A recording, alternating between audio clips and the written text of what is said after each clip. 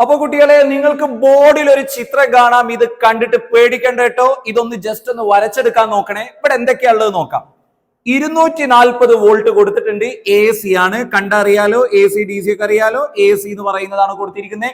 അപ്പൊ ഇവിടെ ദാ വളഞ്ഞിരിക്കുന്ന ഒരു സാധനം, എടാ മക്കളെ, അത് ഫ്യൂസ് ആണ്. ഫ്യൂസിലെ പരമാവധി കറണ്ട് 2 ആംപിയറാ. 2 ആംപിയറിൽ കൂടിക്കഴിഞ്ഞാൽ ഫ്യൂസ് പൊട്ടിപ്പോകും. അതാണ് ഇവിടുത്തെ കണ്ടീഷൻ. അതാണ് ഫ്യൂസിന്റെ ആംബിയറേജ്. ഫ്യൂസിന്റെ ആംബിയറേജ് ആണത്. ഫ്യൂസിന് മാക്സിമം 2 ആംപിയർ കറണ്ട് വരെ താങ്ങാൻ പറ്റും. 240 വോൾട്ട് കൊടുത്തിട്ടുണ്ട്. ചോദ്യം എങ്ങനെയായിരിക്കും? S1 എന്ന സ്വിച്ച് ഓൺ ആക്കുമ്പോൾ എന്ത് നിരീക്ഷിക്കുന്നു? ഒരു ഫ്യൂസ് ഒക്കെ സർക്യൂട്ടിൽ ഉണ്ടെങ്കിൽ അത് പൊട്ടിപ്പോകോ ഇല്ലയോ എന്നും കൂടെയാണ് അതുകൊണ്ട് ഉദ്ദേശിക്കുന്നത്. S1 ഓൺ ആക്കുമ്പോൾ എന്ത് നിരീക്ഷിക്കുന്നു? എടാ, S1 അങ്ങ് ഓൺ ആക്കിയിടാണ്. S1 ഓൺ ആക്കിയിടാണ്. കറണ്ട് ഇങ്ങനെ വരും, കറണ്ട് ഇങ്ങനെ വന്ന് ഈ വഴിയിലൂടെയാണ് കറണ്ട് ഒഴുകുക. വേറെ എങ്ങോട്ടും പോവില്ല. കറണ്ട് ഇങ്ങോട്ട് വരുവോ? ഇല്ല, ഇവിടെ ഓഫാണ്, ബ്ലോക്ക്. കറണ്ട് അങ്ങോട്ട് പോകുവോ? ഇല്ല, അവിടെ ബ്ലോക്കാണ്. അപ്പൊ S1 ഓൺ ആക്കുമ്പോൾ എന്ത് നിരീക്ഷിക്കുന്നു? മക്കളെ, ഫ്യൂസ് പൊട്ടിപ്പോവോ ഇല്ലയോ നോക്കണം. അതിനുവേണ്ടി കറണ്ടിന്റെ അളവ് കണ്ടുപിടിക്കണം. മക്കൾ നോക്ക്, ഈ ലാമ്പിന്റെ പ്രത്യേകത എന്താ? 240 വോൾട്ട് കൊടുത്താൽ അതിന്റെ പവർ 120 ആയിരിക്കും. ഇനി നോക്ക്, ഇവിടെ 240 വോൾട്ട് അല്ലേ കൊടുക്കുന്നേ, അപ്പൊ പവർ എത്രയാ? 120. പവർ P സമം 120 വാട്ട്. S1 ഓൺ ആക്കിയാൽ ഈ ബൾബാണ് സർക്യൂട്ടിൽ വരിക. അപ്പൊ ഇതിന്റെയാണ് കണ്ടുപിടിക്കുന്നത്.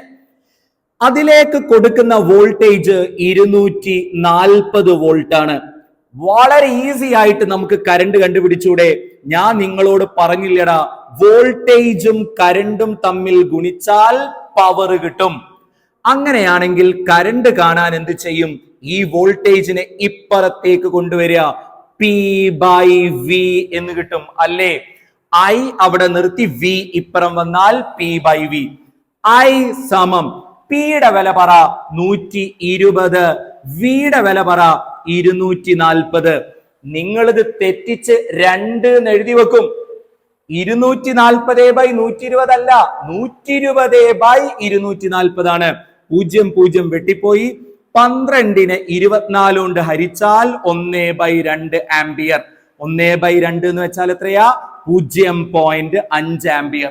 നിങ്ങൾ പറ, ഈ വരുന്ന കറണ്ട് ഫ്യൂസിലൂടെ ഇങ്ങനെ വരുമ്പോ ഫ്യൂസ് പൊട്ടിപ്പോവോ? ഇല്ല. എന്താ കാരണം? കറണ്ട് വളരെ കുറവാണ്. ഈ സ്വിച്ച് മാത്രമേ ഓൺ ആക്കിയുള്ളൂ, S1. അപ്പൊ ഇത് മാത്രമേ പ്രവർത്തിക്കുള്ളൂ. കുറച്ച് കറണ്ട് മാത്രമേ അതിനാവശ്യമുള്ളൂ, 0.5 ആംപിയർ. ഇനി ഈ സ്വിച്ച് ഇത് ഓഫ് ആക്കുകയാണ്, ഈ സ്വിച്ച് ഓൺ ആക്കുകയാണ്. ഇത് ഓഫാക്കി, ഈ സ്വിച്ച് ഓൺ ആക്കി. എന്തുണ്ടാവും നോക്കാം. Same method. പറ, എത്രയാ ഇതിന്റെ പവർ? 480. എത്ര വോൾട്ടേജിലാ? 240. ഇതാ ബൾബിന്റെ ആഗ്രഹമാണ്. 240 എനിക്ക് കിട്ടുവാണെങ്കിൽ എനിക്കൊരു 480 വാട്ട് പവർ ഉണ്ടാവുമായിരുന്നു. നോക്കൂ, ഇവിടെ 240 കൊടുക്കുന്നുണ്ട്. പവർ P സമം S2 ഓൺ ആക്കുമ്പോഴുള്ള കാര്യാട്ടോ പറയുന്നേ. പവർ P സമം 480. വോൾട്ടേജ് V സമം 240. I കണ്ടുപിടിക്കാനുള്ള ഇക്വേഷൻ ഓൾറെഡി ഉണ്ടാക്കി. P/V. I സമം പറ, P എത്രയാ? 480/V എത്രയാ? 240. നോക്കിയടാ, 480നെ 240 കൊണ്ട് ഹരിക്കണം. 0 വെട്ടി. 48ന്റെ പകുതിയല്ലേ 24. അപ്പൊ I സമം 2 ആംപിയർ. അപ്പോ ഇവിടെ നിന്നും കറണ്ട് ഇങ്ങനെ ഒഴുകി ഇതിലൂടെ ഇങ്ങനെ പോകും.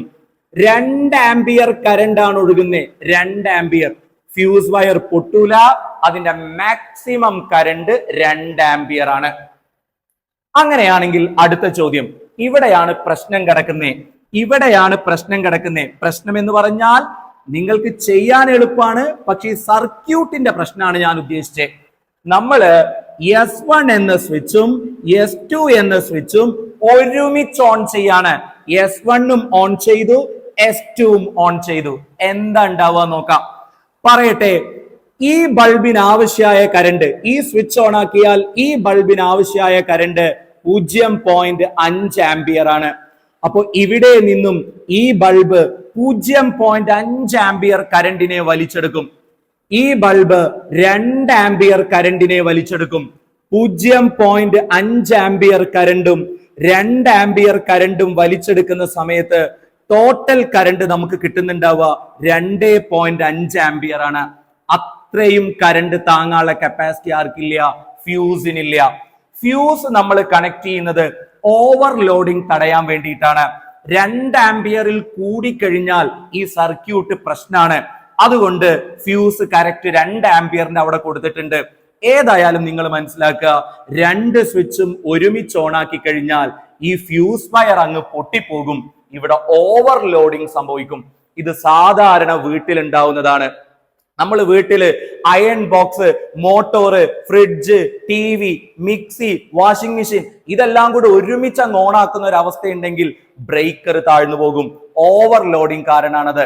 നമ്മുടെ സർക്യൂട്ടിലെ വയറിന് താങ്ങാൻ കഴിയുന്ന ഒരു കറണ്ടിന്റെ പരമാവധി അളവുണ്ട്. അതിൽ കൂടുതൽ കറണ്ട് കിട്ടിക്കഴിഞ്ഞാൽ സർക്യൂട്ട് കേടുവന്നു പോകും.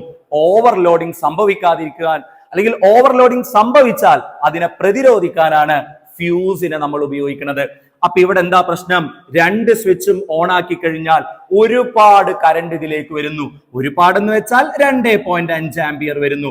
അത്രയും കറണ്ട് താങ്ങാനുള്ള കപ്പാസിറ്റി സർക്യൂട്ടിനില്ല. അതുകൊണ്ട് അവിടെ ഫ്യൂസ് 2 ആംപിയർ കൊടുക്കുന്നത്. അപ്പൊ 2 സ്വിച്ചും ഒരുമിച്ച് അങ്ങ് ഓൺ ആക്കി കഴിഞ്ഞാൽ ഈ ഫ്യൂസ് വയർ അങ്ങ് പൊട്ടിപ്പോകും സുഹൃത്തുക്കളെ. ഫ്യൂസ് വയർ പൊട്ടിക്കഴിഞ്ഞാൽ 2 ബൾബും പ്രകാശിക്കില്ല, അതിലേക്ക് ഇനി കറണ്ട് എത്തില്ല. പക്ഷേ ഇവിടെ ഒരു സ്വിച്ചും കൂടെ ഉണ്ട് മക്കളെ. ആരാണ് ആ സ്വിച്ച്? S3.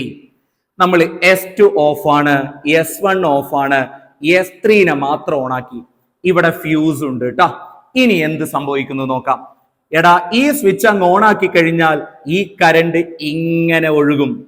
ഈ കറണ്ട് ഇങ്ങനെ ഒഴുകും. നോക്കിയേ, കറണ്ട് ഇങ്ങോട്ട് പോകുവോ? ഇല്ല. കറണ്ട് ഇങ്ങോട്ട് പോകുവോ? ഇല്ല. അതാ ഈ S1 കടന്ന് ഇങ്ങോട്ട് പോകുവോ? ഇല്ല. കറണ്ട് ഇങ്ങനെ മാത്രമേ ഒഴുകുള്ളൂ. ഇതിനിടക്ക് ഒരു ഉപകരണം പോലുമില്ല. ഒരു ഉപകരണം പോലുമില്ല. ഇതുപോലെ ഒരു ഉപകരണമില്ലാതെ ഇങ്ങനെ കറണ്ട് ഒഴുകുന്നതിനെ നമ്മൾ പറയുന്ന പേരാണ് ഷോർട്ട് സർക്യൂട്ട്. ഈ സമയത്തും എന്ത് സംഭവിക്കും? ഫ്യൂസ് ഉരുകി പൊട്ടിപ്പോകും. അപ്പൊ ഫ്യൂസ് എപ്പോഴൊക്കെയാ ഉരുകി പൊട്ടിപ്പോവാ? S1 മാത്രം ഓണാക്കുമ്പോൾ ഉരുകി പൊട്ടിപ്പോവില്ല. S2 മാത്രം ഓണാക്കുമ്പോൾ ഉരുകി പൊട്ടിപ്പോവില്ല. S1ഉം S2ഉം ഓണാക്കുമ്പോൾ ഓവർലോഡിങ് ഫ്യൂസ് അടിച്ചു പോകും. ഇനി S3 മാത്രം ഓണാക്കുമ്പോഴും ഫ്യൂസ് അടിച്ചു പോകും. കാരണം അവിടെ ഓവർലോഡിങ് സംഭവിക്കുകയാണ്. ഇനി എല്ലാ സ്വിച്ച് ഓണാക്കിയാലും ഫ്യൂസ് പൊട്ടിപ്പോകും. ഇവിടെ ഷോർട്ട് സർക്യൂട്ട് സംഭവിക്കും. അതായത് വൈദ്യുതി നേരിട്ട് ഒരു ഉപകരണമില്ലാതെ നേരിട്ടൊഴുകുന്ന ഒരു സംവിധാനം ഇവിടെ ഉണ്ട് S3 ഓണാക്കി കഴിഞ്ഞാൽ. ഇത് നന്നായിട്ട് ആലോചിച്ച് വെച്ചോ. ഇത് ചോദിച്ചിട്ടുണ്ട് ഇതുപോലുള്ള ക്വസ്റ്റ്യൻസ്. ഇനിയും നമുക്ക് ഇങ്ങനത്തെ ക്വസ്റ്റ്യൻസ് പ്രതീക്ഷിക്കാം. ഓക്കെ.